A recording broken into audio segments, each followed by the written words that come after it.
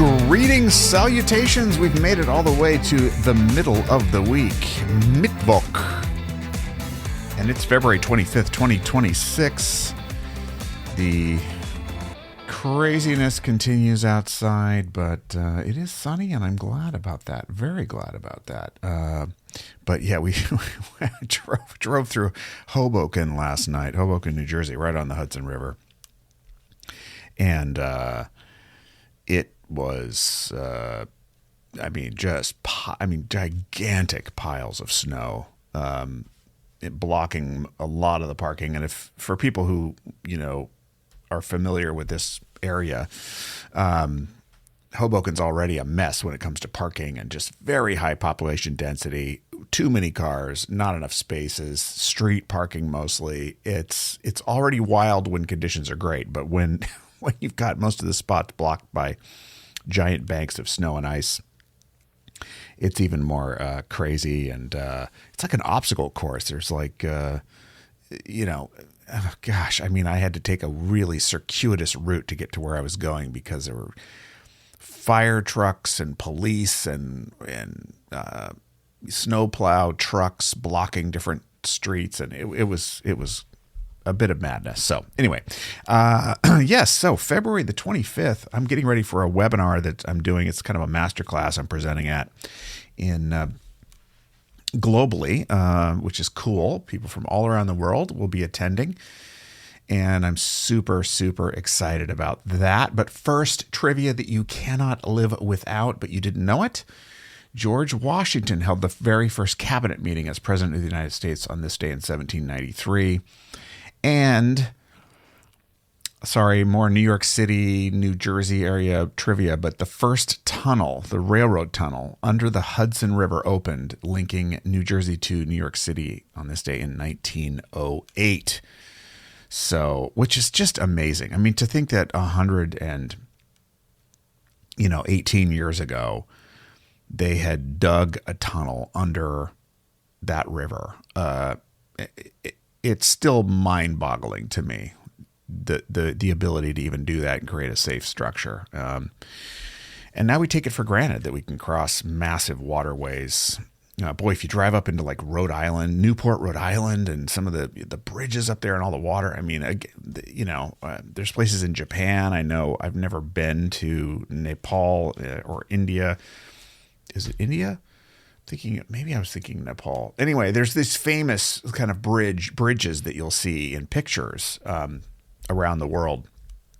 There's a really famous bridge in, I think, Kobe, Japan, that's just enormously long. I mean, it would take forever to take a boat across that waterway, and you just take it for granted. You got this bridge you can drive miles and miles across and get to where you're going. So, very grateful for those tunnels, and I hope they stay very strong. I've got a reflection day, so I'm doing this presentation, and when I first agreed to do the presentation, it was last year. I was in a different business, and the person who invited me to do the presentation, they sell technology platforms and services for companies, and but anyway, he invited me, based on how he met me through my previous work. And fast forward, it was, way out in advance. So, months and months go by, and we reconnect recently. And I said, hey, listen, I got to tell you, I've started a new venture. I'm doing new things. I'm helping founders, really clarify their messaging and build trust at scale through video conversations and content. And it's leadership development, but in a completely different way. And I hope that's okay.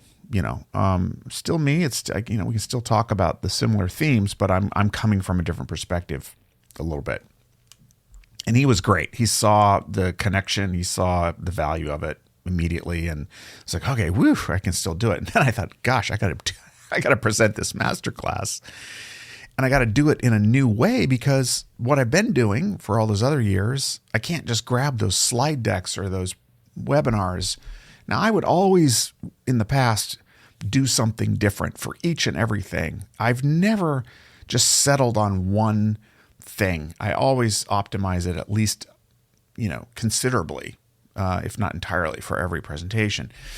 So, but it was like, oh my goodness, I got to go back into this world and figure out what I'm going to, I feel like I was starting from zero. Thankfully, I had about a month to think about it, maybe 3 weeks from the time that, recommitted to today.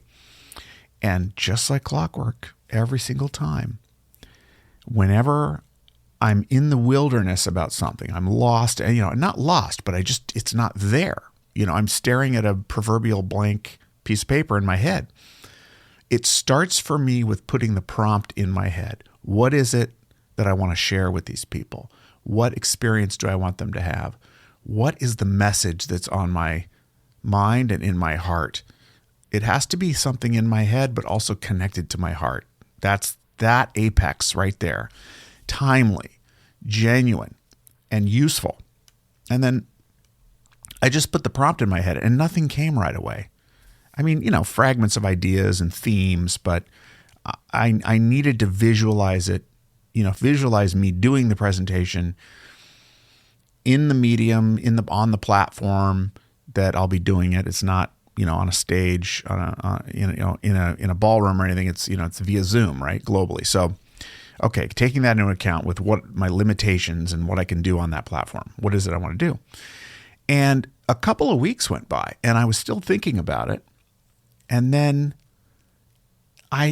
because I had the prompt in my head, what I was seeking what it was. And so as I was having conversations with other people in other contexts in my business, clients and future potential partners and networking people and stuff like that, it started forming. The idea started crystallizing piece by piece by piece. And about a week ago, maybe less than that, maybe a few days, maybe 5 days ago, I was like, okay, that's it. That's the theme. That not only the theme, that's the point. And here are the specific elements. And then of course I started getting it, refined down. But here's my point. It all starts with pointing your brain in the right direction and asking yourself a question.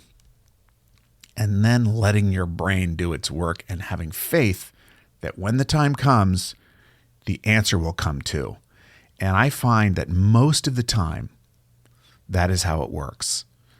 And so it starts with a prompt. Forcing it just doesn't work. Have you ever forced something that, maybe we do it because you're under time pressure. There is no time. And, you can get something done if it's forced. It doesn't feel the same.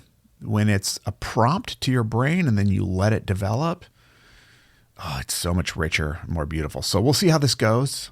I'm going to be jumping on pretty soon to do this thing.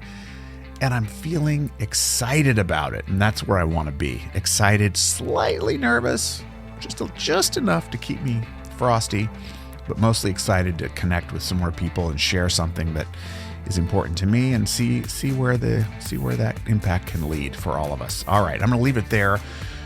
What's one thing you could prompt your brain on that will produce fruit later that will be very useful to you? What is that prompt? What do you want to point your brain at? That's what it'll start thinking about. It's an amazing tool. And with that, I hope it's helpful to you. Please be good to yourself and others. Thanks, as always, for listening. Share this show with a friend, and we will check back again with you tomorrow. Bye-bye for now.